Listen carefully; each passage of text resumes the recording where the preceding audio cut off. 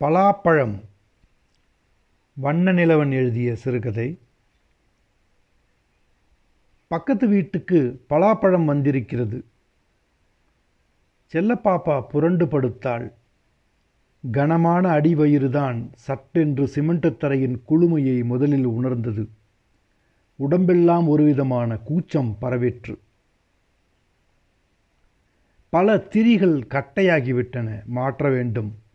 சிலது எரியவே இல்லை. தீ சரியாக எரியாமல் அடுப்பில் எதை வைத்தாலும் இறக்குவதற்கு நேரமாகிவிடுகிறது.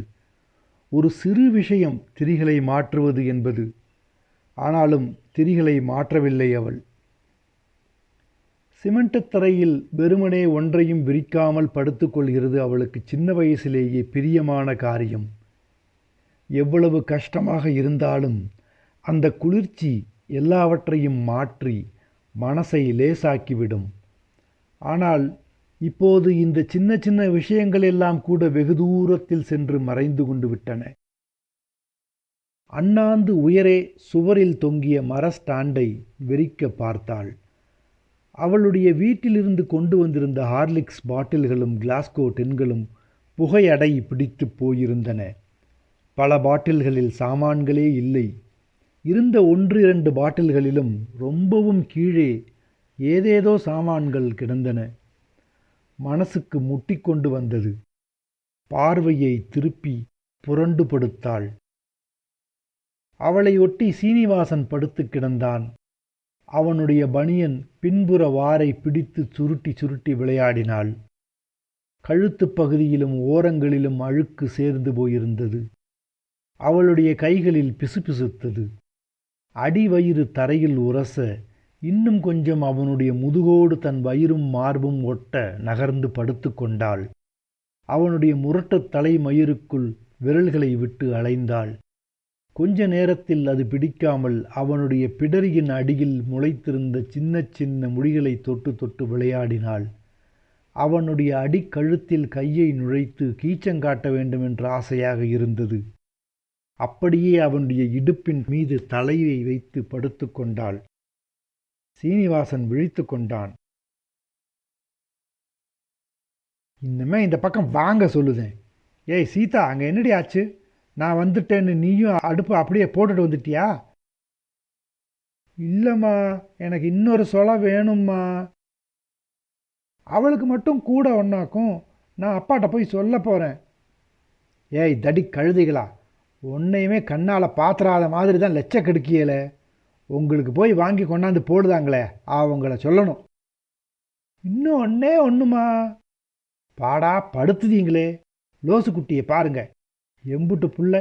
உனக்கு காய்ச்சலுமா, பண்டம் திங்கக்கூடாதுன்னு சொன்னேன். பார்த்துக்கிட்டு பேசாமல் இருக்கா பாருங்க. நீங்களா? பேர் தான் பெரிய பிள்ளைகள்னு பேர், பிசாசு மாதிரி. அந்த குழந்தைகளுக்குள்ளே ஏதாவது தகராறு வந்திருக்க வேண்டும். 2 குடித்தனங்களுக்கும் தடுப்பாக இருந்த பலகை சுவரில் யாரோ வந்து மோதி விழுந்ததும் தொடர்ந்து அழுகை சத்தமும் கேட்டது. செல்லப்பாப்பா அவனை அணைத்து படுத்திருந்தபடியே தலையை மட்டும் நீட்டி ஒன்றும் தெரியப்போவதில்லை என்றாலும் பலகை தடுப்பை பார்த்தாள். பலகையின் மீது மோதின அதிர்ச்சியில் ஆணியில் மாட்டியிருந்த சீனிவாசனுடைய சட்டை மட்டும் சுருட்டி எரிந்தது போல் தரையில் விழுந்து கிடந்தது.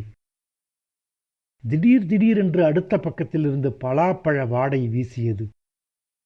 சீனிவாசன் திரும்பி அவள் பிரியப்பட்டபடியே அவளை தன் நெஞ்சோடு நெஞ்சாய் வாரி எடுத்து போட்டு கொண்டான். அவளுடைய முக நெருக்கத்துக்குள் இருந்து பல்பொடி வாடை அடித்தது.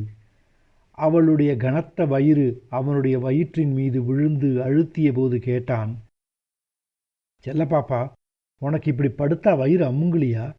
கஷ்டமா இருக்கா? செல்லப்பாப்பா பதில் சொல்லாமல் லேசாகச் சிரித்தாள். 2 உதடுகளிலும் வெள்ளை வெள்ளையாய் மேல் தோல் உரிந்து பார்க்க அழகாக இருந்தது. மெதுவாகச் சிரிக்கிற போது பின்னும் அந்த அழகு கூடிற்று.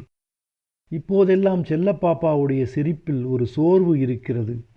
அந்த சிரிப்பு அவளுடைய முகத்தில் உண்டு பண்ணின அபூர்வமான சோபையை அவன் ரசித்தான். இன்னொரு தடவை அப்படி சிரிக்க மாட்டாளா என்று இருந்தது. ஏய் ஏய் மாடு, எத்தனை தடவை சொல்லட்டும், கொட்டையை எல்லாம் ஒரு இடத்துல துப்புங்கன்னு? என் பிராணனை ஏன் இப்படி வாங்கணும்? ஏம்மா, நான் பாரும்மா எல்லா கொட்டையும் சேர்த்து வச்சிருக்கேன். இந்த புள்ள சீதா குரங்கு தான் நெடுக துப்பி போட்டிருக்கா. ஆமாம், நீர் உம்ம துருத்தியை ஊதிக்கிட்டு கிடையும். ஏட்டே, உனக்கு என்ன அம்புட்டு கொழுப்பா? ஏதோ ஒரு பாத்திரம் சரிந்து உருண்டு விட்டது.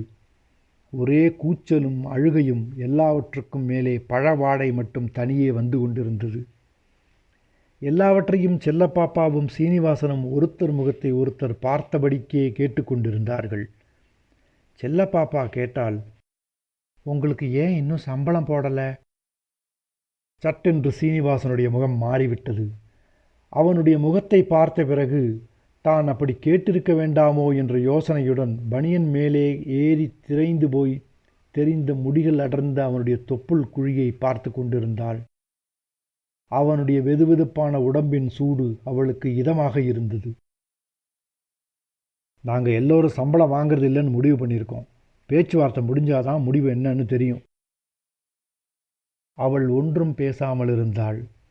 2 பேருமே மௌனமாக இருந்தது அவர்களுக்கே பயமாக இருந்தது. 2 பேருமே எப்படியாவது ஏதாவது பேசிவிட வேண்டும் என்று ரொம்பவும் ஆசைப்பட்டார்கள். இப்போது பழவாடை ரொம்பவும் காரமாக ஒரு நெடி பரவுவது போல அந்த சின்ன அறை முழுவதும் வீசியது.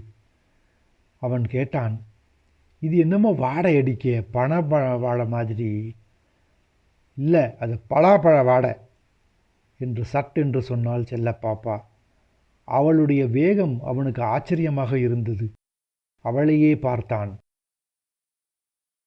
இன்னமும் பலகைக்கு அந்த பக்கத்திலிருந்து அழுகையும் கூச்சலும் ஓயவில்லை. கொஞ்ச நேரத்தில் அந்த பழவாடை கூட போய்விட்டது. ஆனால் அழுகை மட்டும் நிற்கவில்லை. பழம் நறுக்கி தந்த அம்மாவுக்காக அடுப்பை கவனித்து கொண்டிருந்த சீதாதான் அழுது கொண்டிருந்தது. அந்த அம்மாள் அந்த பையனை கண்டபடி திட்டிக் கொண்டிருந்தாள். வேகமாக வார்த்தைகள் வரும்பொழுது குரல் முறிந்து போய் அழுது விடுவது போல தொண்டையை அடைத்து கொண்டு வந்தது. அந்த குழந்தைகள் படுத்துகிற பாட்டை பொறுக்க முடியாத தவிப்பு அந்த குரல் நெடுகிலும் கேட்டது. சத்தமும் அழுகையும் கூட கூட பழவாடையையே காணவில்லை. செல்லப்பாப்பா, ரொம்ப கஷ்டமாக இருக்காம்மா. இந்த காப்பி தண்ணியை மட்டும் போட்டு இறக்கி வை. கிளப்பில் போய் இட்லி ஏதாவது வாங்கிட்டு வரேன். நீ ஒன்றும் செய்ய வேண்டாம். ரொம்பவும் பிரியமாக பேசினான் அவன். துட்டு ஏது? அதெல்லாம் இருக்கு. நேற்று ஹரிகிருஷ்ணன்கிட்ட ₹1 கேட்டேன். எந்த ஹரிகிருஷ்ணன்? அதாம்மா, நமக்கு கல்யாணம் ஆன புதுசில் ஒரு நாள் சாயந்தரம் வந்து இந்த நடவாசல் படியிலேயே இருந்து காப்பியெல்லாம் குடிச்சிட்டு பேசிட்டு போல அவன்தான். ம் சம்பளம் போட்டுருவாங்க. உன்னை டாக்டர் அம்மா கிட்ட கூட்டிகிட்டு போகலான்னு பார்க்கேன். முடிய மாட்டேங்க. இன்றைக்கி சாயந்தரம் மேகநாதன் ₹20 தாரேன்னு சொல்லியிருக்கான். உங்கள் கூட படித்தாரு, பாத்திர கடை வச்சுருக்காருன்னு சொல்லுவீங்களே, அந்த ஆளா? ஆமாம், அவன்தான் என் மேலே கொஞ்சம் உறுத்து உள்ளவன். சாயந்தரம் போகணும். நேற்று பஜாரில் வச்சு பார்த்தேன். உன்னைய ரொம்ப விசாரித்தான். உன்னைய டாக்டர் அம்மா கிட்ட கூட்டிகிட்டு போகணும்னு பணம் கொஞ்சம் இருந்தால் கொடுன்னு கேட்டேன். கண்டிஷனாக சாயந்தரம் வான்னு சொல்லியிருக்கான். அவனை பார்த்து கொண்டே மேகநாதனை நினைத்து பார்த்தாள். அவனை அவளுக்கு நினைவில்லை. அவன் எப்படி இருப்பான் என்று மனசிற்குள் பார்த்து கொண்டாள். அவனை பார்க்க வேண்டும் போல இருந்தது. அவனை பார்த்துவிட்டு வருகிற போதெல்லாம் அவளை ரொம்ப விசாரித்ததாக இவன் சொல்லியிருக்கிறான். அவனை பற்றி இவன் பிரஸ்தாபிக்கிற போதெல்லாம் அவனை பார்க்க ஆசைப்பட்டிருக்கிறாள். அவனை பற்றி ஒரு சித்திரம் கூட செல்லப்பாப்பா மனசில் இருக்கிறது. செல்லப்பாப்பா காஃபி தூளை போட்டுவிட்டு ஸ்டவ்வை அணைத்தாள். அதை நகர்த்தி வைத்து கொண்டே அவனிடம் சொன்னாள், அந்த ஸ்டவ்வு திரியெல்லாம் சிறுசாக போச்சுப்பா, மாற்றணும். ஆகட்டும், சாயந்தரம் வாங்கிட்டு வரேன். சாயந்தரம் ரெடியாயிரு, வந்ததும் டாக்டர் வீட்டுக்கு போவோம். இப்போ எதுக்குப்பா? சம்பளம் வாங்கின பிறகு போய்க்கிடலாம். வீட்டுக்கார ஆட்சிக்கு முதல்ல வாடகையை கொடுத்துருவோம். அவனுக்கு கோபம் வந்து விட்டது. பதிலே பேசாமல் என்று மேலே அண்ணாந்து பார்த்து கொண்டு படுத்திருந்தான். என்ன கோவிச்சிட்டீங்களாக்கும்? என்னப்பா சொல்லிட்டேன்? என்னத்தை சொன்னேன்? ஈர மண்ணும் தெருப்புழுதியும். அவள் செல்லப்பாப்பா ஒரு காலை மடித்து குனிந்தபடிக்கே உட்கார்ந்திருந்தாள். காப்பியிலிருந்து கொதிக்கிற மணங்கலந்த ஆவி காற்றிலே அலைந்து போய்க் கொண்டிருந்தது.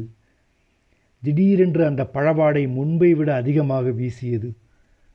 ஒருவேளை அந்த அம்மாள் தன் பிள்ளைகளிடம் அந்த பழத்தை கொடுத்து அனுப்பியிருப்பாளோ என்று ஆசைப்பட்டாள். அவள் உட்கார்ந்திருந்த நிலை அவனுக்கு ரொம்பவும் இரக்கத்தை உண்டு பண்ணிற்று. சட்டென்று எழுந்து போய் அவளுக்கு எதிரே உட்கார்ந்து கொண்டு அவள் நாடியை பிடித்து முகத்தை தூக்கினான். கலங்கிப் போயிருந்த கண்களுடன் அவனை ஏக்கத்துடன் பார்த்தாள். பின்ன என்னம்மா, நான் ஒன்று சொன்னா நீ ஒன்று சொல்லுது. மனுஷனுக்கு கோபம் வருமா வராதா சொல்லு பார்ப்போம். நானும் தான் என்னத்தப்பா பெருசா சொல்லிட்டேன். யாரோ கதவை தட்டினார்கள். தொடர்ந்து யக்கா யக்கா என்கிற குரல் கேட்டது. செல்லப்பாப்பா பின்னால் 2 கைகளையும் ஊன்றி மெதுவாக எழுந்திருக்க முயன்றாள். அவன் அவளுடைய தோளை தொட்டு உட்கார பண்ணினான். அவனே எழுந்து போனான். கேட்ட குரல் சீதாவுடைய குரலாக இருந்தது. ஞாபகமாக அந்த அக்கா கொடுத்து விட்டிருக்காங்களே என்று மனசிற்குள் சந்தோஷப்பட்டு கொண்டாள். அவன் கதவை திறந்தான். சீதாதான் நின்று கொண்டிருந்தது. அவனை பார்த்து பேசாமல் அவன் நின்றிருந்த இடைவெளியினுடைய இவளை பார்த்து, அக்கா, இன்னைக்கு சாயந்தரம் புட்டாரத்தி அம்மன் கோயிலுக்கு போயிட்டு வரலாமான்னு அம்மா கேட்டுட்டு வர சொன்னா என்றாள். செல்லப்பாப்பா ஒன்றும் சொல்லாமல் அவனை அண்ணாந்து பார்த்தாள். பார்த்துவிட்டு சொன்னாள், இன்னைக்கு எங்கம்மா வர? அக்கா வரலையாம்னு சொல்லு. சீதா போகும்போது அவளுடைய கடைவாயில் மேல் உதட்டோரமாக பலாப்பழ நார் ஒட்டி கொண்டிருந்ததை செல்லப்பாப்பா பார்த்தாள். சாயந்தரம் சீனிவாசன் சொன்னபடி வரவில்லை. ரொம்ப நேரம் கழித்துத்தான் வந்தான். கதவை திறந்ததும் தலையை தொங்க போட்டுக்கொண்டே உள்ளே வந்து உட்கார்ந்தான். சுவரில் மாட்டியிருந்த பெட்ரூம் லைட்டை தூண்டி எடுத்து கொண்டு வந்து அவனுக்கு முன்னால் வைத்துவிட்டு அவனுக்கென்று எடுத்து மூடி வைத்திருந்த தட்டை திறந்து அவனிடம் தந்தாள். அப்படியே சென்று திரும்பவும் படுத்து கொண்டாள். திடீரென்று அந்த பழவாடை வீசிற்று. ஆச்சரியத்துடன் எழுந்து படுக்கையில் உட்கார்ந்து கொண்டாள். சீனிவாசன் குனிந்து மெதுவாக சாப்பிட்டு கொண்டிருந்தான்.